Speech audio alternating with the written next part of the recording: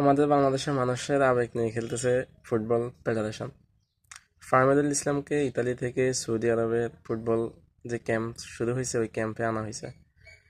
সকল নিউজরা প্রকাশ করলো যে ফাহমিদুল হ্যাটট্রিক করেছে, তার স্কিলের সাথে কারো স্কিলের সাথে মিল নাই, তার তার যে গতির সাথে কেউ পারতেছে না আমাদের বাংলাদেশের প্লেয়ার।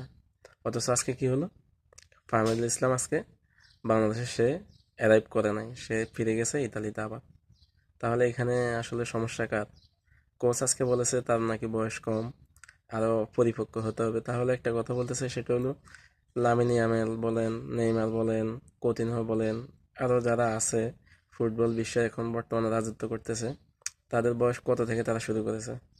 আমাদের বাংলাদেশ মতন 30 বছর পরে, যে দেশে 30 বছর পরে প্লেয়ারদের বেল থাকে না, সেই দেশে 18 বছর হইলেও নাকি তাদের এখনো বয়স হয় না। তাহলে বয়স হবে কখন?